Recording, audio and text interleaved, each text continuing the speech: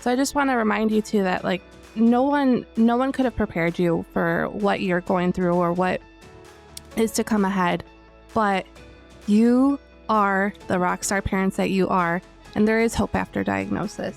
When you think about on the day-to-day, all the things that you didn't get done, look in the grand scheme of things and think about all the things that you did do.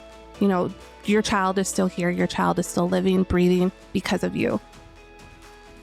Welcome to the Experience Miracles podcast, where we help parents find hope, answers, and drug-free help to overcome your child's chronic health challenges. I'm your host, Dr. Tony Ebel, and I'll be sharing my experiences as both a dad and a doctor on every episode. I can take the latest science and neurology of healing and break it down in the most simple and relatable way possible. We'll take on the toughest topics and answer your biggest questions through interviews with other amazing parents and leading experts, leaving you with practical action steps that you can take to help your child heal and thrive. It's time to expect and experience miracles. Let's get started.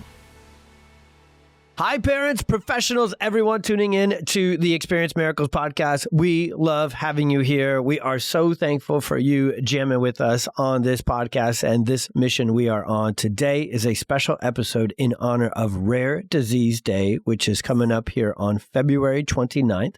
So we will release this right that week. And it's a very special episode to specifically empower and support families who are battling and working their way through rare diseases of all kinds. According to the National Institutes of Health, there are approximately 7,000 rare diseases affecting between 25 to 30 million Americans. And here in our practice, I'm always talking about the bigness we do, but all the lessons that I get to share with you are either from my own parent journey or my provider journey. And it kind of happened. I don't know that there was a strategic plan for this. There was just a heart pull to this. And you'll see one of the heart and souls of our practice. Crystal is with us today, but we serve a large percentage of our patients have genetic challenges, have rare diseases, and have these different diagnoses and these different challenges that what medicine says, and we're going to talk about that. We understand why they put this perspective or this prognosis on these kiddos with genetic chromosomal deletion this and these things. They do not provide much hope at all. They do not push forward much at all. They do not look to optimize things much at all. And so what we do is all of that as much as we possibly can. I can think of like the beginning process, and we're going to hear with Crystal and Cayden's story. The moment we meet a child, regardless of their diagnosis, the first set of information we do in our practice is this is the word in my brain right now, Crystal, so I'm going to say it.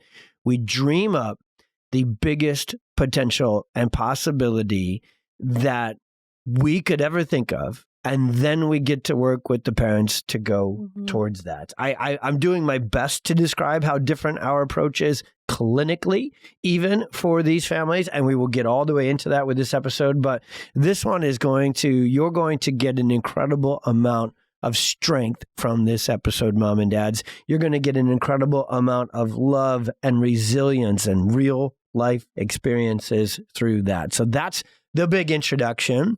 Now, the personal introduction is going to be harder for me because what God has done with our team is He has sent us the best. He has sent us the most heart-centered moms and dads. He has sent us the toughest son of a gun moms and dads. And my farmer upbringing, like I think of this, here's what I want to say about the introduction to Crystal. All right. When I call my dad, okay. Yeah, we're going there. You didn't know that wasn't on the sheet. When I call my dad, who is, I suppose me loving to take care of other people and just simply wanting to help. That's a farmer. That's my dad. My dad loves kids, loves others, loves to work hard and help. That's the makeup of my dad, Steve. And my dad came and spent some time with us. They're visiting in and out, but he came and he was under care. They get adjusted, they get scanned. Crystal helps in that part of the office with this. And when I call, ladies and gentlemen, my dad, the first question he asks is, how's Crystal and how's Cayden? The second question he asks, how's Allie, Dr. Allie, who's also going to be on the podcast, Dr. Allie Ajota. So he's met these incredible, courageous, heart-centered folks, and my dad has gotten to know their story as you're about to hear Crystal and Cayden's story on the podcast. And so before he checks in on his, own kid and grandkids, he checks in because we're one big stinking family. So Crystal is someone who courageous and determined, and impact making are words that fit and yet are not even close to telling the story of what this woman gets done on a daily basis. So welcome, Miss Crystal. Nobody brings love, experience. And I'll say this, I haven't met too many moms who are working as hard as you are to move things forward for this community. So we're going to get into that. Sound like a plan? Yeah, thank you. I appreciate that. You got it. All right. So what we want to do for sure is, I know once we get to the middle of this and the next part of this, you're going to be excited to get into the action steps and that sort of stuff.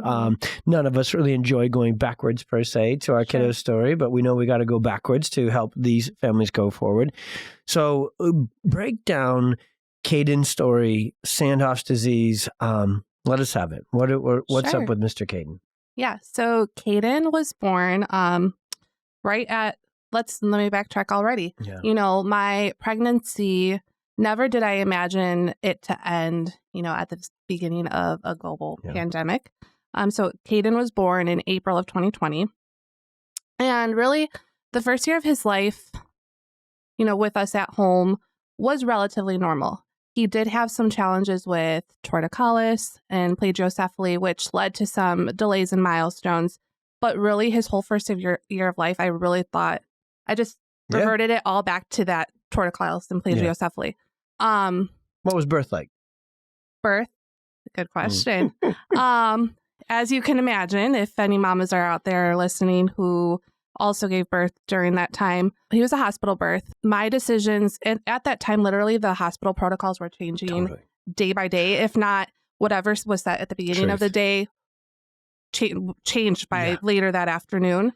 So he was born 40 weeks, 2 days. He was term. And I remember at our 40-week visit, my OB at the time, she was actually out for whatever reason. And so whoever was filling in, she was like, well, what do you think about an induction? And going back, my mindset, it's hard for me not to live in those moments. But truthfully, my decision was based out of fear. Because surrounding hospitals near us, they were actually not even allowing a support person there. Yeah. And Cayden is my one and only. He's my first. So I could not imagine, God forbid something happened to me while delivering and to not have anyone there to help me make decisions. Induction seemed faster, right? Yes. So before another thing could change and another restriction could be put in place. Yeah. Yes. So that's what we opted for and we decided for.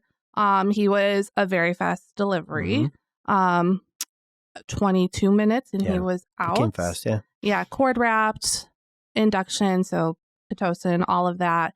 I just remember, once he was out, I remember it took him a good minute or two before he started crying.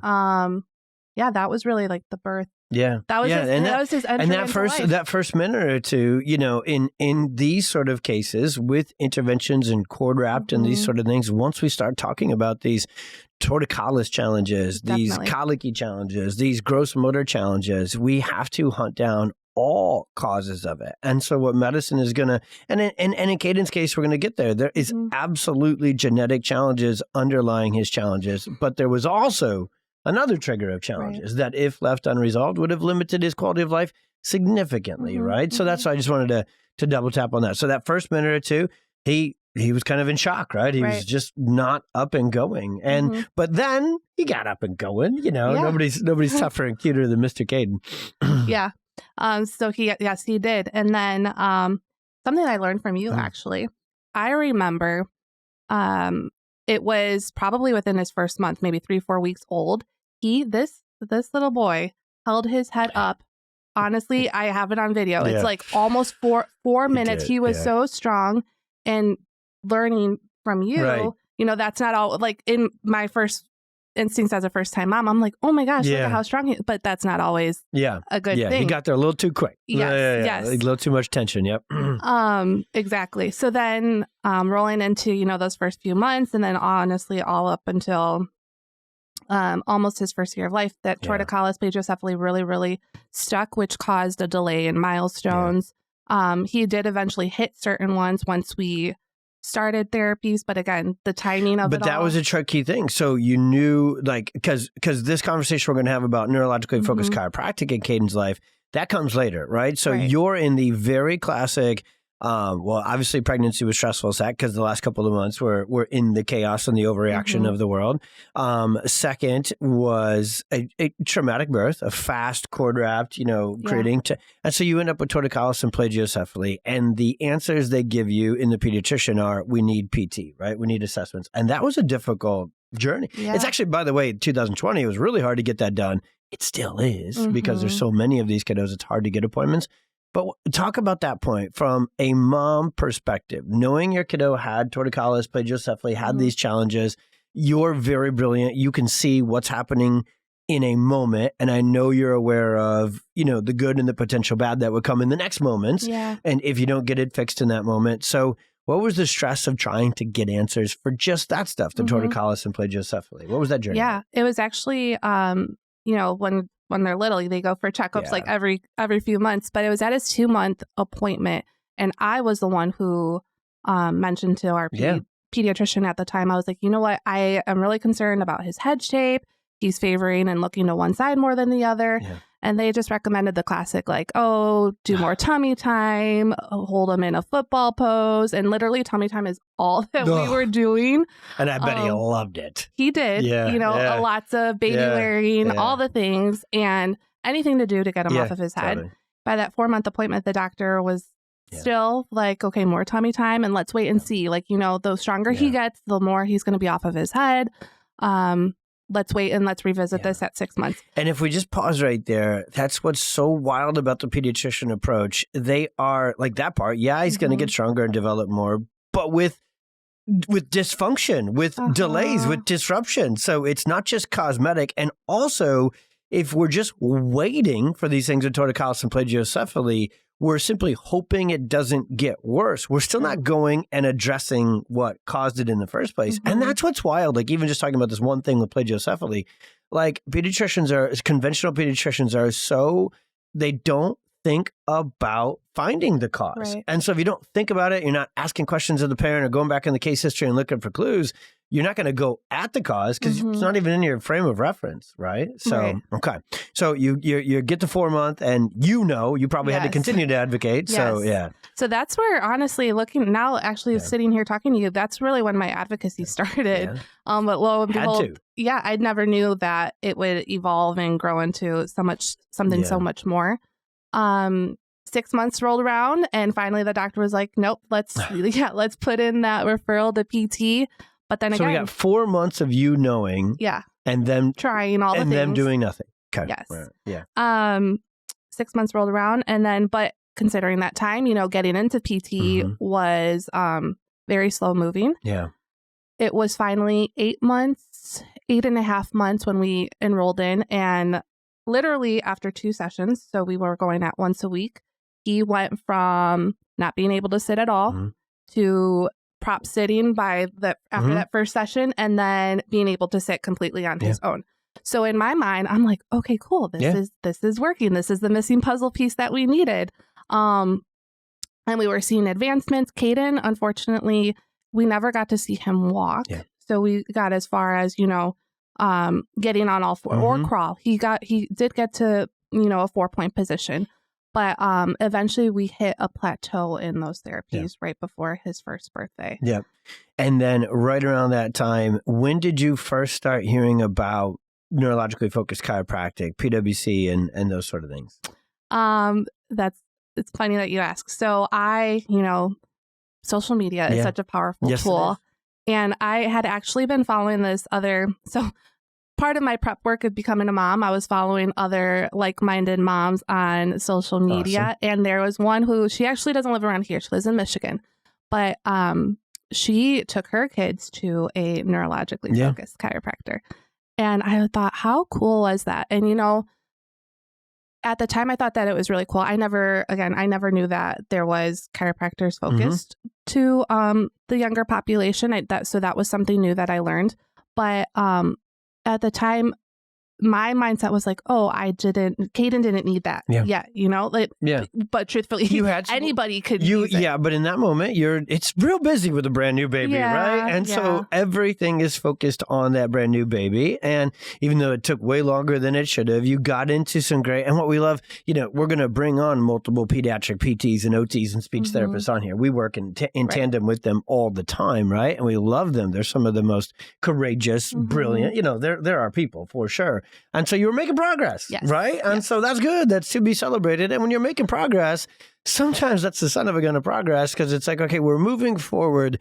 And then the question that's virtually impossible for parents to ask of themselves and come to the answer is like, okay, we're moving forward, but are we getting all the way down to the root foundational challenge, right? And sometimes it takes time to reveal what that is.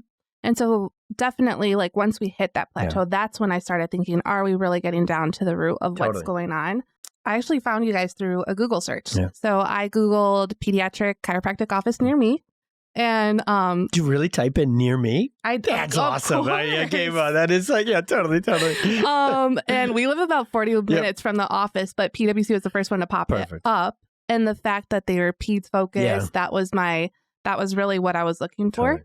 And truthfully, so when we started, our biggest goals were, you know, resolve torticollis, plagiocephaly. Because you knew it was still there. Yeah. You knew it was still there. Like, okay, it had gotten better. And it's going to be such a simple term, farmer term, but it hadn't gotten gone, right? And that's what we run into all the time with torticollis and plagiocephaly is that, you know, the different physical therapy approaches and helmet approaches are so awesome. They're going to get into the soft tissues, some of the hard tissues, but they're not going to get into the neurological dysfunction that is really underneath of it. So I'm sure we went right into that conversation. Do you remember, though, for a moment, because I'm going to pull each of these little granular parts of your journey out here. Who'd you first talk to when you just reached out, got on the phone? And because that's a huge part of your journey now is advocating for kids by advocating for moms and dads first. That's the sequence of advocacy is we need to empower parents. It's the whole part of this episode we're going to get to so that then empowered parents can advocate for their kiddos. So we have a whole team of very empowered mamas and folks who work on the team. Who'd you talk to first? You remember? I remember who did our day one and who took my new patient phone call. It was actually Laura, who's one of our scan tech CAs as well. And on that phone call, I think she could hear some commonalities between our story and her son's story. So she did. We don't do this with every phone call that we get, but you know, sometimes you find the ones that you really do dive into your story. Connection. Yep. And I was on break at my former job at the time making the phone call. And, you know, as a parent, when you're dealing with certain challenges, you'll do whatever it takes to get your child the help that they need. So I think our appointment was the following day or that first appointment or like 2 days. And I'm like, I will call off work. Laura has two kiddos who, you know, I was blessed to go into the NICU and take care of them just like Oliver. And it very much accelerated. We got to get her on here and interview about those two amazing little dudes. But we got into action real early because Laura's a rock star mom, very well educated and advocated. So I'm sure she definitely heard your story with these, you know, birth related issues. It was like, let's go. Let's get you in here. Yep. And so we chatted with her and I just remember, hanging up the phone and I was like, whew. Like it started with that phone call of being heard and then going into the office for that day one, being seen. So those two things, I was like, okay, this is so truthfully that we were all in before we even. And you gotta be able to pause there too, mom and dad. This is not just a chiropractic conversation. When you are looking for a new doctor, a new provider, a new place to help support your child and move them forward, these first experiences are going to tell you pretty much everything you need to know.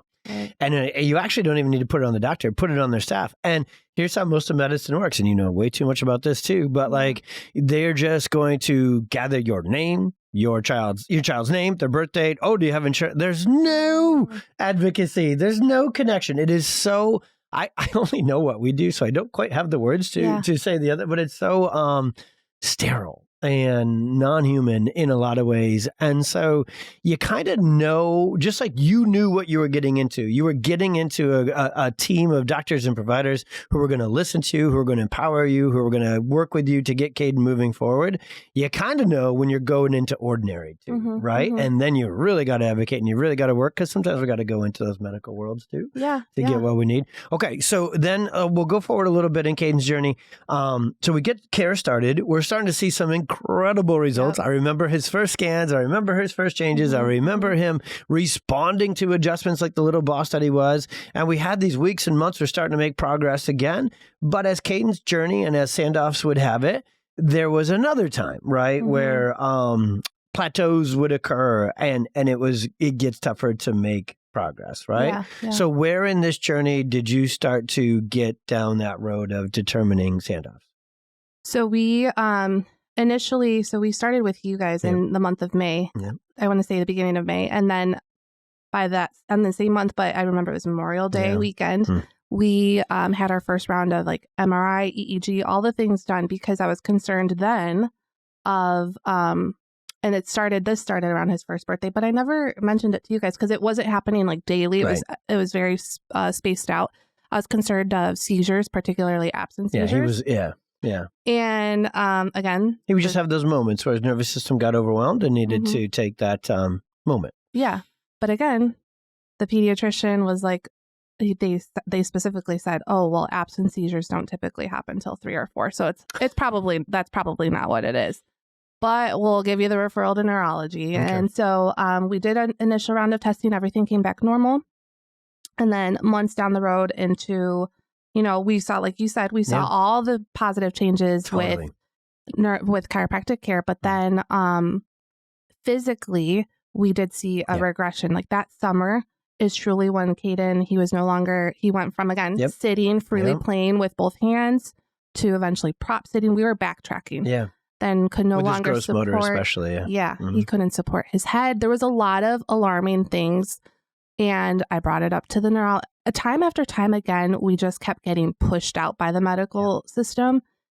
They, when I told them all the regression that was happening, they're like, "Well, we'll revisit this conversation on further testing in 6 months when we see you in person." And neurologically, moms and dads, so Cayden at this junction in the journey, he is 12 months, 18 months. He's in that time frame. The amount of neurological development, the amount of brain cells, nerve cells, tissue cells of the nervous system being developed per minute in that child's age is more than we do per day.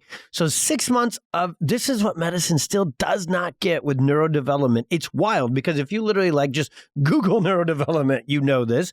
And which is why they're always like grumpy when you Google things because they're like, well, I haven't studied anything in 20 years. So, okay, that was a bit maybe too much. But the truth is neurodevelopment happens at such a rapid pace that watch and wait and revisit later is a very dangerous, I was going to call it inadequate first approach, but it's actually a dangerous approach because you're missing very key milestones. You're missing very key moves you could make for this child to just vastly improve their quality of life neurologically. Right. So, okay. So they try and punt again. You, by this point, are, I've never said this word in my life. You probably have become pretty unpuntable. You were fed up. You're at that stage as a mom where you're like, you probably went into that, if they say this one more time. And so your advocacy probably grew another leaps and bounds, right? In that season. Yeah, we grew another layer.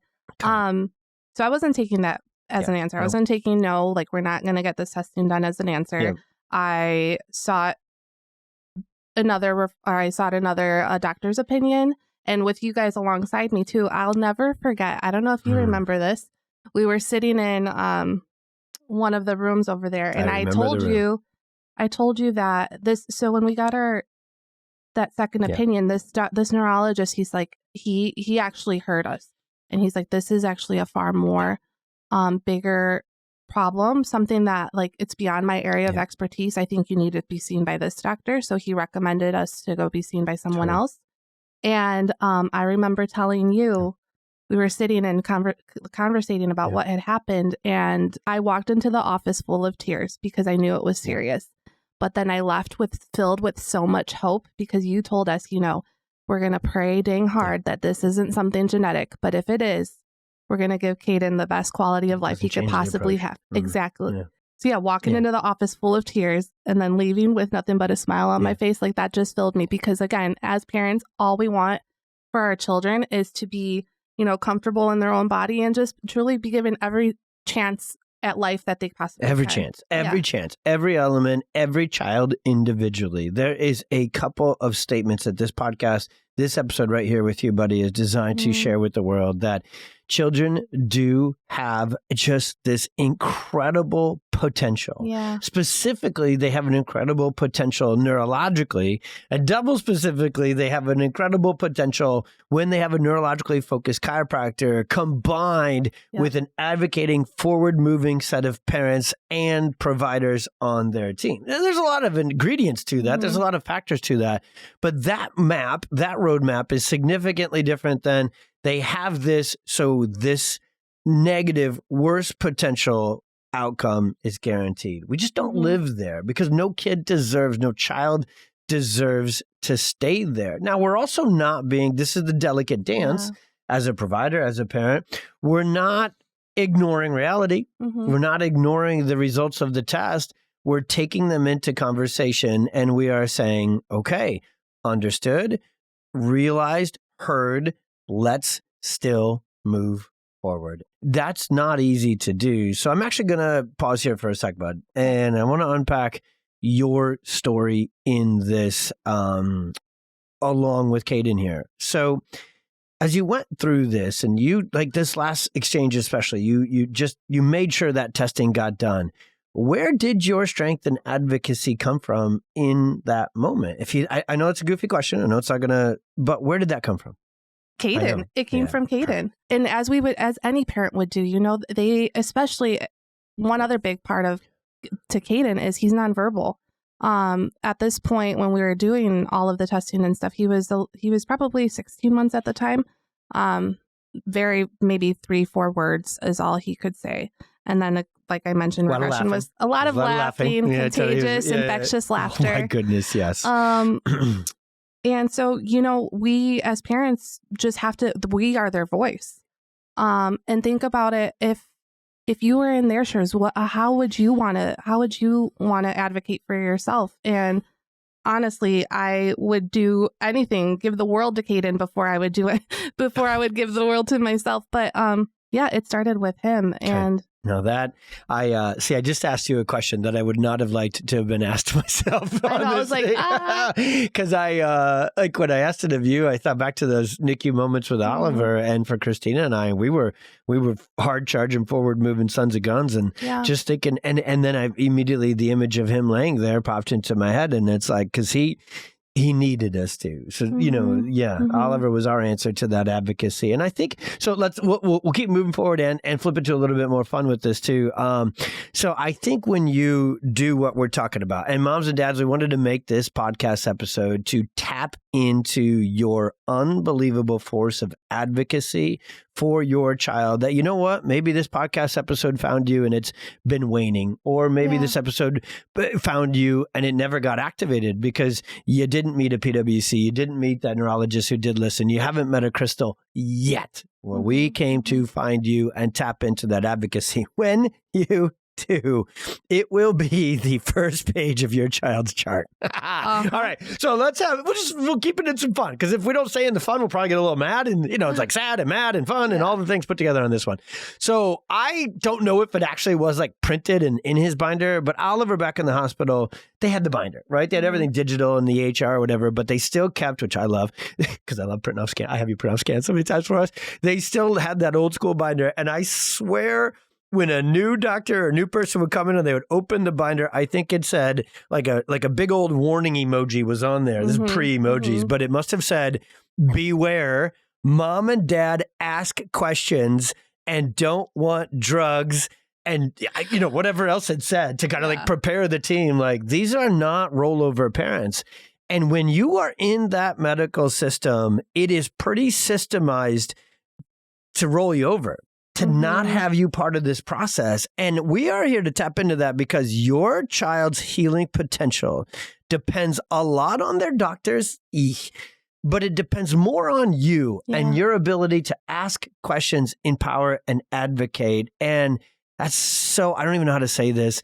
It's just so not easy to do at all. Right. It isn't. You're up against the machine. Oh, this doctor has these accolades and that white coat on, and then you're in their world and you're in their system. And so I'm going on too long than I need to here, Crystal. But once you found that advocating for Cayden worked and you had a team of advocates to start to surround you, right, with PWC, how did you continue to find your strength and build upon that? And we're going to get to how you're now bringing that to others. Yeah. But staying in your journey for just a moment, when did you know how important that was?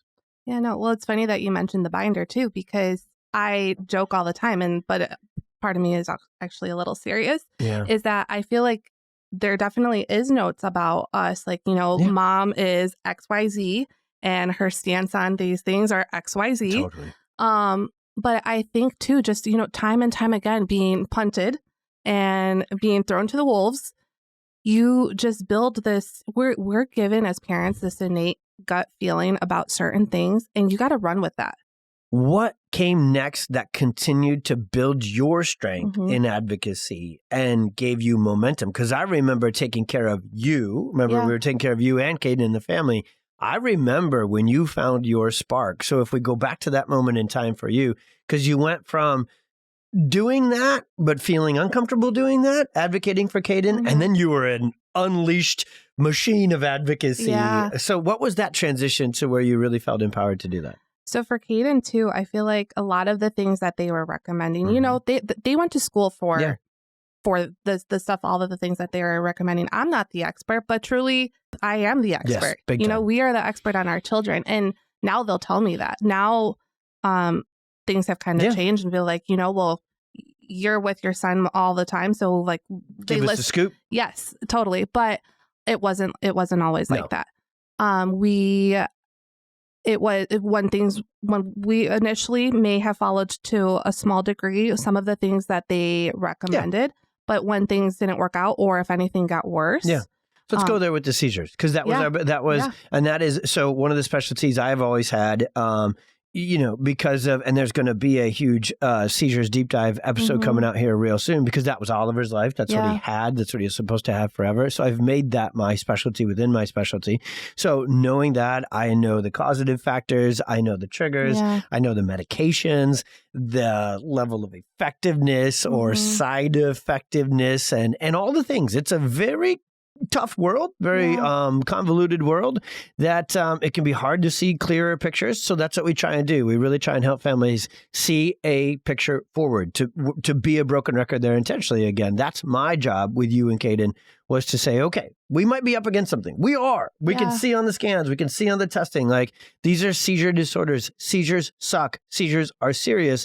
But so are side effects. And if you want a child to continue to progress and have a high quality of life, what if you can do things that can mitigate and attenuate seizure activity, neurological dysfunction that's causing it, and therefore seizure activity, while also having a host of positive side effects? Yeah. So that was the dance we were in with Cayden. It was that you were getting more and more. They were saying more meds, more of this. Yeah, no. Some you did. Yeah, some you did. And let's go there for a sec. Okay. So some, because you're in there and you're trying to put the fire out, and you did. How did he do with those? Yeah. So Cayden's seizures at the beginning when he started were very scary. I can't tell you how many times I thought he was lifeless, on our living room floor, more than I can count. Yeah. But one's too many. One's too many. Yeah. And the side effect, so, we just wanted it. We went from, our goals initially went from wanting seizure freedom to honestly just being able to manage the seizures. So you just wanted not that. Yes, not that. That's just kind of the starting point. We saw that. We have this. Let's not have this. Yeah. So we, at those times, we were reaching out to the doctors like, hey, this isn't working. The side effects of these medications he was sleeping. Honestly, I remember messaging the doctor 18 to 20 hours a day. Yeah. Because, and then I actually looked back at some of my messages to them, 3 years ago now, and saying like, I feel like, and I mentioned that, is this part of your diagnosis process, because still we were also waiting. Still navigating the genetic wise. Yeah, genetic wise, what our, because they were just thinking more so it was epilepsy, a form of epilepsy. Yeah. And my biggest concern was how tired and lethargic, and we weren't even able to do any of his therapies, XYZ. And so I didn't like that, but then also his seizures were pretty severe. So of course they were recommending more medications. Two negatives. You were not getting the first job done, not that. And then you had this whole host of side effects that was going to completely cause his delays to be worse in his quality of life. Because if you can't do therapies, you can't do things. He can't just do life. Yeah, totally. All of the things. Yeah. And then bringing it back to your team, we're like, let's revamp and give him that. We up-leveled him to an intensive. Yep. So this is one of the keys that's right here with seizures. So there's a couple of things about this. With seizures, let's just go into the obvious, right? And the goal for every parent, the goal for every provider, like if we just let it be, would be we have them, let's not have them at all. Okay, that's a huge divide, right, to get to. And when you're dealing with genetic disorders and everything else, different things in there. Well, what you got to do to know that you're making progress is you need to change the pattern. We call it pattern now. You need to be able to change. When we have changeability to a nervous system, that's actually a good sign. But now let's split apart the word changeability. We want changeability in the positive direction. Yeah. And so in Cayden's case, the more medications that were coming in at the first round of things, we had changeability in a double negative direction. We were not getting seizure abatement. And we were getting tons of, quality of life destruction from them as well. So what turned the tide that you had to continue to fight? Advocacy, back to the one-on-one of this podcast. So what happened to be able to change that? So we, that's when my voice really got loud. And I was upfront and I said, I don't feel comfortable with any additional medications, especially at the degree of how often he was sleeping. So I brought up, that we were seeing a neurologically focused chiropractor, and it took probably 2 years before they actually started recognizing and asking questions about, the chiropractic care that Cayden has been receiving. But it just took that, all of those host of things, negative things, to really give me that voice that I needed. And then once we did start that 2 week, twice a day, we saw great positive changes happening. And then we were actually able, currently Cayden is on one seizure med, but it's below the therapeutic dose. So he's on a very, very minuscule amount. Which is unheard of in his work. Yes. Yeah. And his seizures, they honestly, you wouldn't, if he was sitting here and he were to have a seizure, they happen very, very seldom. Yeah. I can't tell you how, I don't know, very seldom, but they're gone within 3 seconds. Yeah. His resiliency, his neurological adaptability. So the way you win any neurological battle, but including this one, is you don't try. It's going to sound like I'm saying the exact wrong opposite thing, but they can't be shut down. They need to have neurological restoration, resiliency, and adaptability built back up. So seizures are a deep, multifaceted neurological dysfunction. It messes with everything from what's called vagus nerve function, afferentation, proprioception, CSF fluid, metabolism. So once you alter neurological function to this degree, you alter all the things the nervous system controls, which is, all the things. And so you got to get to that root dysfunction neurologically, and you rebuild it and you restore it and you reorganize it. And in a case like Cayden's, because he's dealing with what he's gone through with his birth and the triggers of neurological dysfunction from that, and he's going through what we would soon find with Sandhoff's, he's got a more significant headwind, meaning he's got more stress coming at him, and he can't hold on to adjustments and hold on to therapies and hold on to development like we would ideally wish. And so here's how it all comes down. Parents, you need to hear this part. So it's honestly just a neurological mathematical equation that says, okay, if he's been through all that and he's up against all this genetically, he needs more of us.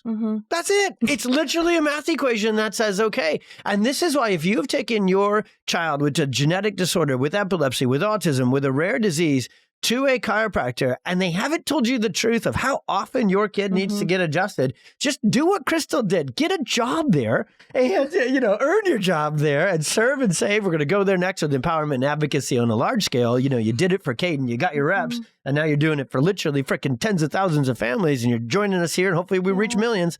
And so now for Cayden, we did get to see him move forward, and we got to hold off a bunch of bad. And that's my favorite thing about chiropractic. It does more than those two things, but for today's conversation, neurologically focused chiropractic helps a child move forward, build resiliency, reorganize the nervous system. And then one of the real cool things that chiropractic does for the rare disease and genetic community is it just holds off a whole bunch of medications and a whole bunch of stuff that they told you would need forever in high doses. And Cayden has defied expectations significantly, especially in this space. You got me on one there because I really don't like seizure drugs. I understand when they need to be there, but out of all of them, they're my least favorite because Oliver had to be on them for a little bit. And that's where Cayden was. All right. So for the sake of this, let's go to, so in time, you do get, gives you clarity, right? You get the diagnosis of Sandhoff's disease. And so now you're in that community. And that community doesn't always have the same experience you have, right? With others outside of the traditional medical system getting on their team. And so why are you I know I'm jumping a couple of steps here to this next question, but why are you so committed to getting into the Sandhoff community and these other communities and getting them connected to a Hope dealership and a place like PwC or into a PX Doc's office? Truthfully, it's for all the Caydens, all the Leos, all the Mias, all the other kiddos out there who are going through these day-to-day challenges, and for all of you as parents too. I said it earlier, just going back to, we would do anything to give our children the quality of life that they need. And I do it for those families just to experience like what Cayden has been experiencing, like the miracles that literally are within the walls. And what did experiencing those miracles for Cayden? Remember, your answer to the question perfectly before was, hey, why'd you do this for Cayden? Now, why are you doing all of this for all of the Caydens? So who's riding along with all of those Caydens? It's us. It's moms and dads and those sort of things. So just pulling that string there for me a bit, bud. When you're in the office as Cayden's mom, not the one where you're serving as part of our team just now, and you do have questions and you do have concerns and you have your questions answered and you have your concerns alleviated and you have a plan moving forward, what does that give you, your health? What does that do for your nervous system? It does many, many good things. No, because that this day-to-day life with our kids, it's likely nighttime sleep isn't good. Stress levels are ultimate high. Your partnerships at home, the family dynamic can be there could be some challenges there. And coming to finally find an office or a team that brings like the answers, brings the hope, and just walks alongside of you is such a relief. You can finally take a deep breath versus just constantly in a go fight or flight state. That in itself for you as a parent is all that it builds community. And the other thing that we've been able to do with our practice, and you are a lead advocate within that, and this is happening in PX Doc's offices all around, is we are building a community within a community. Now for us especially, we have a really phenomenal it gets me there. I love words. I use words all the time, and I cannot describe this special needs, rare disease, genetic disorder community. I remember, who's helped our families big time, Nancy Monica, who's going to come in here next and do another episode with me about seizures and about her story. She was sitting in there a couple of months ago waiting for her adjustment, and she said, I always knew, Tony, but I had no clue how much you have served this special needs community. And she said these words to me, and it was so sweet, and it's so true. She said, and they all know each other. And she goes, she's an investigator, right? So she's like, did they all know each other before they came in here? And I said, well, probably a couple of them, but we really encourage them to loiter. Now, what I mean by that is, we're not going to get you in and out. We've actually built the design of our practice to have this community room where we want you to meet other families who are on this journey, who are advocating, who are empowered, who are experiencing miracles, because every one of us is in it. And then every one of us is at a different stage of it. Right. So what you've been able to do is go through so many stages. So I see you get most excited when someone new comes in. Okay. And so you're part of our team with the scanning technology and the insight. So you get to access and connect to those miracles. So if we now are moving forward to the audience, and this episode is going to spark into their advocacy and their empowerment, it's going to get them to understand how much unbelievable progress their child could make with neurologically focused chiropractic in their life. When you go to that beginning part, what are some of the first things on a phone call, on a first visit? What are the first couple of things you say to moms and dads and these kids and these patients? What does that interaction look like? No, definitely. So if it's like a first patient phone call, I like to always ask, tell me a little bit more about your child, because, that's one thing as a parent in the traditional medical world is they don't really ask about it. And you're not asking about their diagnosis because that's on the paperwork. Right. You're actually asking, no, go ahead. Tell me about your kid. Tell me about your child. And then it stems from there, basically based off of what they say. Yeah.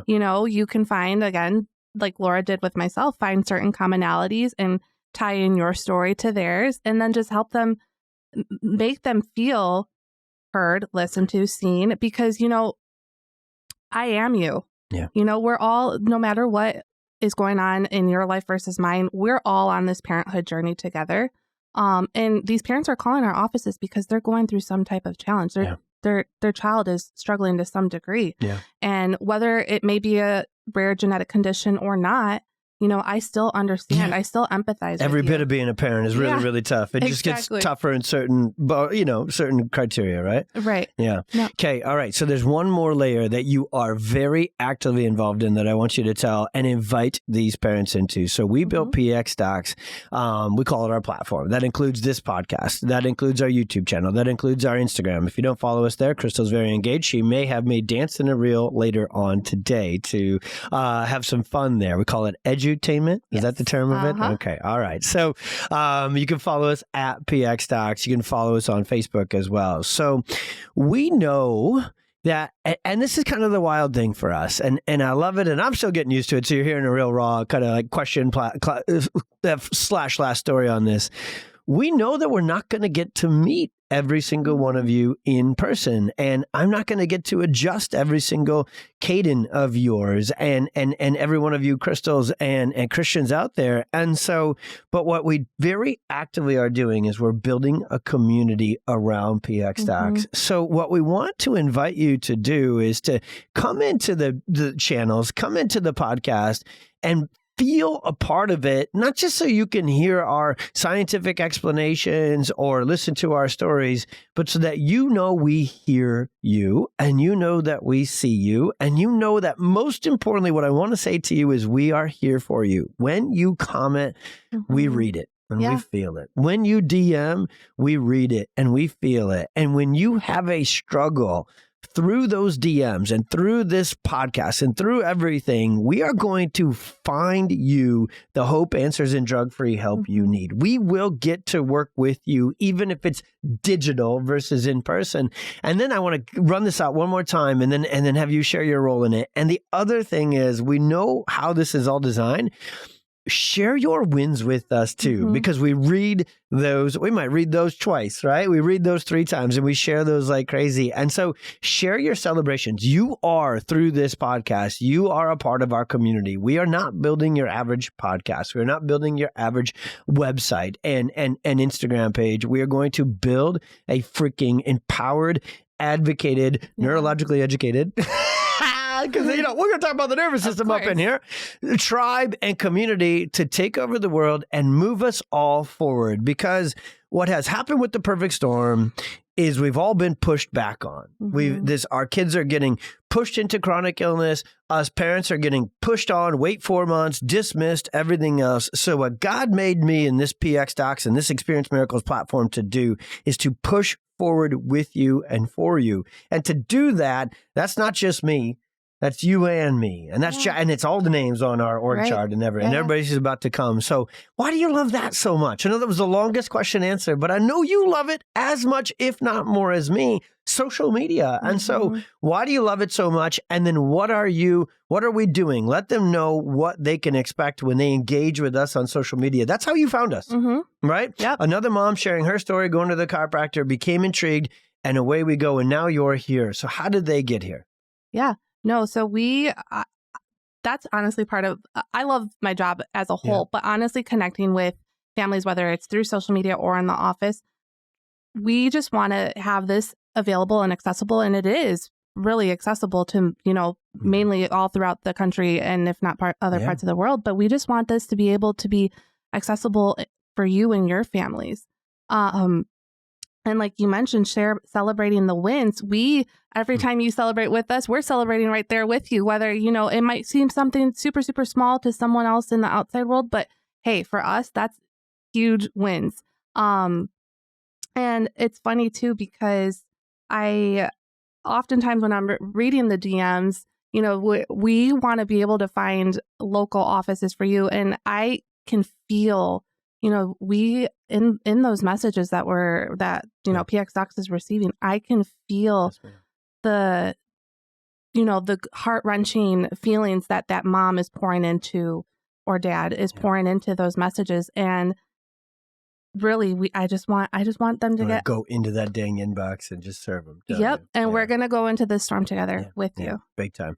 Okay. So some of those DMs that come in, there is a lot going on. Yeah. And so when we're talking about Sandhoffs or trisomy 18 or, just so many of these different genetic disorders that come with severe seizure disorders, that come with gross motor delays and milestones. And those are the big things. And then underneath that, we know to keep digging and we find that the child can't sleep through the night. Yeah. We find that their immune system is a mess. We find that their sleep and their digestive system is an absolute mess. So we built this intensive program, right? And I can see the smile on there. I know you're listening to the podcast, but a big smile came on her face because those are the toughest cases in all the world. We literally have patients coming from all over the world to our practice here outside of Chicago for these 2 to 3 week intensives.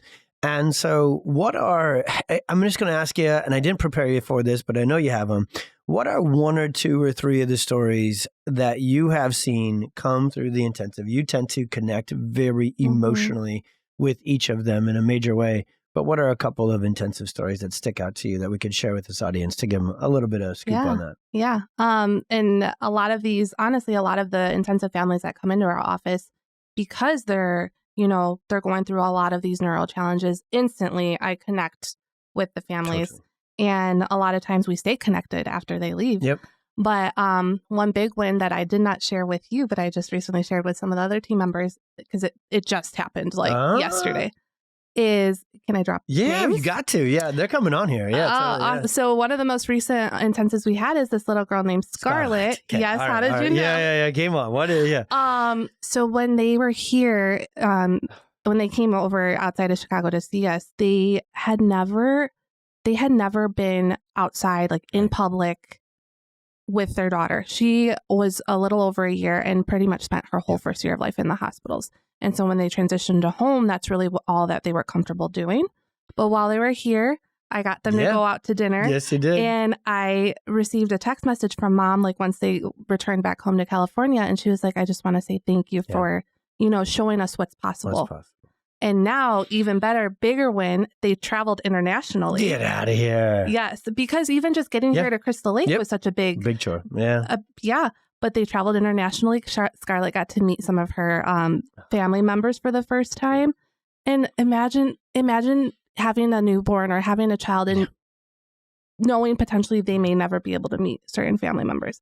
That is huge. That is huge. That is immeasurable. It really is. And that's what we're looking at with these cases and these, whether it's a genetic and rare disease or whether it's an intensive, it's kind of all the same conversation for this episode. We're not saying they're going to get adjusted for 2 weeks and they're going to run home talking in full sentences with no seizures. That's not what we're saying. We're saying they're going to do things that everybody told you they couldn't do. They're going to do things that's going to make your day-to-day life so much significantly better. It's going to open doors to meeting families, to traveling internationally, to going to the park, to all of these things.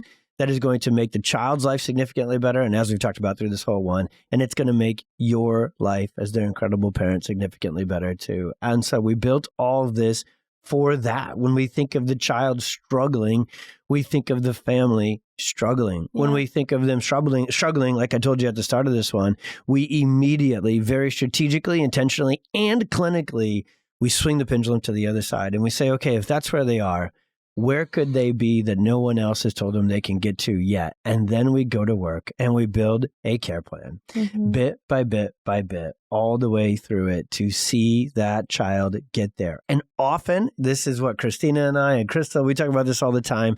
We expect this. Yep, there it is. I have about 15 versions of the same shirt that say expect miracles. We do expect them because we've studied them. We know the science of how to generate and create and be the catalyst to them. And in the same breath, closing this sucker down, every day with my job, Scarlett would definitely be that. Cayden would definitely be that. I live in disbelief. I have a parent again and again and again every day say, our child just did this. We just did this. And I smile and nod, and I probably go right into some neurology to just feel like, okay, so that I don't get emotional, let me just say nervous system things, and let me explain that to you. And then I get done. This is literally a little peek into my life, and because I'm just all in, head down, do the work sort of guy. And then I'll get done with that shift, or I'll go back to the office, and I'll share it with somebody else. And in those little quieter moments, or in the truck on the way home, it'll hit me, and I'll be like last night, Joelle, they sent a video of, she wasn't supposed to walk and she wasn't supposed to talk. And, medically, her parents knew dang sure she was gonna. And then they got us on the team to make dang sure she was gonna. So when I say they, I don't mean parents. But they sent a video of her saying my name last night. First time. I teared up. Yeah. And so we wanted to sneak in some stories, not just Cayden and Crystal's or mine. And we'll do that every time. We'll always share our stories on this podcast, but we wanted to share them to be able to tap into yours and let you know that you, especially when you find your advocacy and your empowerment, moms and dads, that's what your child needs to heal. You are the hero. You are the person who will push and pull and prod until you get the answers and until you get the action steps and until you get the team that your child needs to heal. So, Miss Crystal, I could jam with you forever. I already know exactly which episode is going to be my dad's favorite. Aww, hi, Good old Steve, right? Totally, absolutely. Don't worry, Rhonda got a shout out on the first one. So now we've got to my dad here pretty early in the podcast. But what I want you to do is to go ahead and lean into the microphone and lean into, for those watching on YouTube or Instagram, into the camera and just move these parents forward in the way that I know you can. Yeah. So I just want to remind you too that no one could have prepared you for what you're going through or what is to come ahead, but you are the rock star parents that you are, and there is hope after diagnosis. Truthfully, when you think about on the day-to-day, all the things that you didn't get done, look in the grand scheme of things and think about all the things that you did do. Your child is still here. Your child is still living, breathing because of you. And so I just want to set that reminder is that there's hope after diagnosis. There's things that, you could never fathom imaginable that are possible for your child and your family. And I just want you to remember that